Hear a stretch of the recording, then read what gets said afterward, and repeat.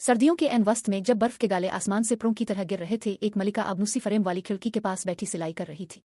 जब वो सिलाई कर रही थी तो इसकी उंगली में सुई चुभी और 3 कतरे खून बर्फ पर गिरे। खालिस सफ़ेद पर चमकदार सुर्ख रंग ने इसके दिल में एक ख्वाहिश पैदा की, काश मेरी एक बेटी हो जिसकी जल्द बर्फ की तरह सफ़ेद होंठ, खून की तरह सुर्ख और बाल अबनूस की तरह काले हो।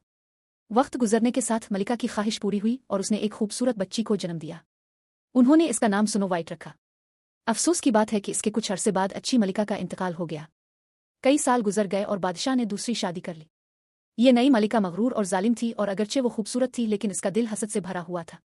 इसके पास एक जादुई आईना था और वो रोजाना इसके सामने खड़ी होकर पूछती थी, आईना आईना दीवार पर इस मुख में सबसे खूबसूरत कौन है? और आईना हमेशा जवाब देता, अब मेरी मलिका सबसे खूबसूरत है। लेकिन जैसे जैसे स्नो वाइट बड़ी हुई इसकी खूबसूरती खुलती गई, यहां तक कि मलिका की खूबसूरती को भी पीछे छोड़ गई। एक दिन जब मलिका ने अपने आईने से वही सवाल पूछा तो इसने जवाब दिया, अब मेरी मलिका खूबसूरत है, ये सच है, लेकिन स्नो वाइट अब से 1000 गुना ज्यादा खूबसूरत है। गुस्से ने मलिका का दिल भर दिया। हसद ने इसे खा लिया। इसने एक शिकारी को बुलाया और इसे हुक्म दिया कि वो स्नो वाइट को जंगल के गहरे हिस्से में ले जाए और इसे मार डाले।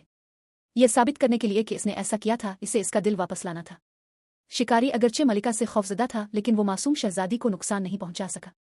वो स्नो वाइट को जंगल में दूर तक ले गया लेकिन फिर इससे इल्तिजा की कि वो अपनी जान बचाए। इसने एक जवान जंगली सुअर को मार डाला और उसका दिल वापस जालिम मलिका के पास ले गया, जिसने यकीन कर लिया कि आखिरकार इसने स्नो वाइट से छुटकारा हासिल कर लिया है। गुमशुदा और तन्हा स्नो वाइट जंगल में भटकती रही यहां तक कि इसे एक छोटी सी झोंपड़ी मिली। थकी हुई और भूखी वो अंदर चली गई। झोंपड़ी छोटी लेकिन आरामदेह थी, जिसमें 7 लोगों के लिए मेज लगी हुई थी और 7 छोटे छोटे बिस्तर एक कतार में थे। स्नो वाइट ने सोचा कि मालिकान को एतराज नहीं होगा। इसने हर प्लेट से थोड़ा थोड़ा खाना खाया और एक बिस्तर पर लेट गई और जल्द ही गहरी नींद सो गई। जब शाम हुई तो 7 बोने झोंपड़ी के मालिक अपनी कानों से काम करके वापस आए। उन्होंने अपने छोटे चिराग जलाए और देखा कि कोई उनके घर में था। हर बोने ने हैरत से कहा जब उन्होंने किसी मेहमान के आसार देखे। आखिरकार उन्होंने स्नो वाइट को एक बिस्तर पर सोते हुए पाया। वो इसकी खूबसूरती से हैरान रह गए। स्नो वाइट जागी और बोनों के मेहरबान चेहरे देखकर उन्हें अपनी उदास कहानी सुनाई। बोनों को इस पर तरस आया और उन्होंने कहा, अगर तुम हमारे लिए घर का काम करोगी, खाना पकाओगी, बिस्तर बिछाओगी, दिवाएगी, सेवगी और बनूगी और हर चीज को साफ सुथरा रखोगी तो तुम हमारे साथ रह सकती हो और तुम्हें किसी चीज की कमी नहीं होगी। स्नो वाइट राजी हो गई और इस तरह वो 7 बोनों के साथ खुशी खुशी रहने लगी।